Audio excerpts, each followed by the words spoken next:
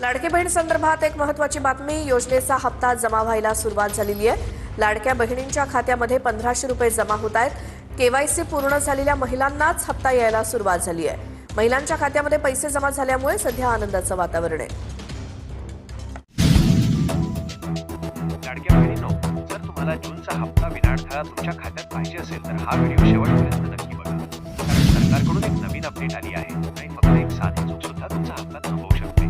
अनेक बहिणी विचारत आहेत की आमचे फॉर्म मंजूर अप्रूव्ह झाले आहेत आणि पैसे का आले नाहीत. तर लक्षात घ्या, सध्या बँकांकडून खात्यांची तपासणी सुरू आहे. तुमचे पैसे अडकू नयेत म्हणून या 3 गोष्टी आता समजून घ्या. पहिली गोष्ट, तुमचं बँक खाते चालू ऍक्टिव्ह असलं पाहिजे. दुसरी गोष्ट, तुमच्या बँक खात्याला आधार कार्ड जोडलेलं असणं अनिवार्य आहे.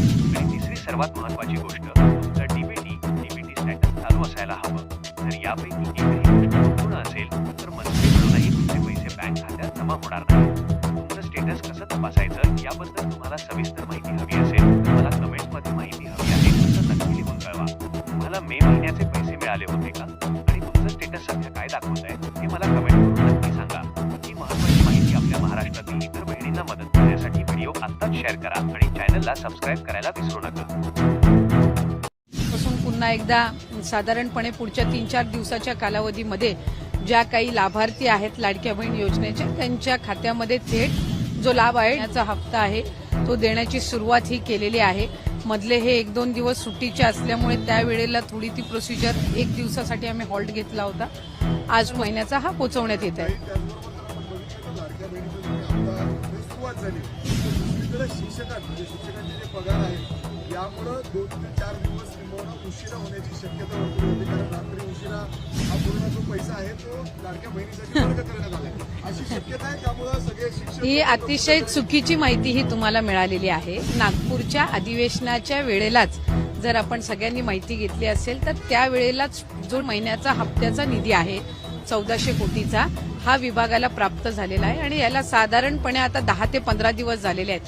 त्याच्यामुळे दुसऱ्या कुठल्याही विभागाचा निधी हा महिला व बालविकास विभागाला लाडक्या बहीण योजनेला देण्यात आलेला नाहीये. हा साधारणपणे दर महिन्याच्या हप्त्यासाठीचा जो निधी आहे हा 10 दिवसापूर्वी आम्हाला प्राप्त झाला आणि आचारसंहितेच्या कालावधीमध्ये 1-1.5 महिन्याच्या कालावधीमध्ये जो लाडक्या बहिणीचा हप्ता इथेमुळे स्थगित होता त्याची सुरुवात आम्ही केलेली आहे आणि याचा दुसऱ्या कुठल्याही विभागाच्या निधीशी काही संबंध नाही. निश्चितपणाने त्या विभागाच्या जे मंत्री आहेत ते त्या संदर्भातली दक्षता ही घेत असतात आणि मला वाटतंय की कुठल्याही एका योजनेचा दुसऱ्या कुठल्याही योजनेच्या एकंदर निधीवर काही परिणाम होत नसतो. काही लाडक्या बहिणींना जे हप्ते दिले जात आहेत, खरं तर ज्या महिलांना हप्ते दिले जातात त्या महिलांचे हात कुठेतरी सरकार त्यांच्याकडून कुठेतरी श्रम किंवा काम त्यांना संधी देणार आहे का फक्त हप्तेच देत राहणार आहेत त्यांच्या हातांना? ही एक योजना आहे आणि त्या योजनेमधनं आर्थिकरित्या महिलांना सक्षम करण्याची, दुर्गम भागातील असतील, गरजू भागातील असतील त्या महिलांना सक्षम करण्याची भूमिका आहे. आम्ही विभाग म्हणून आता पुढच्या कालावधीमध्ये महिलांना आर्थिक साक्षरता त्यांच्यामध्ये आणणं म्हणजे फायनान्शियली त्यांना लिटरसी, त्यांना लिटरेट करणं या दृष्टिकोनातून आम्ही काही उपक्रम हाती घेणार आहोत. आणि साधारणपणे जर आपण बघितलं की या ज्या महिला आहेत लाभार्थी या आपापल्या पद्धतीनं सेव्हिंग असेल किंवा छोटमोठे उद्योग सुरू करणं अशा अनेक केस स्टडीज आमच्या सुद्धा समोर आलेल्या आहेत. आम्ही फायनान्शियल लिटरसी आणण्याच्या दृष्टिकोनातून पुढच्या कालावधीमध्ये काम हे निश्चितपणाने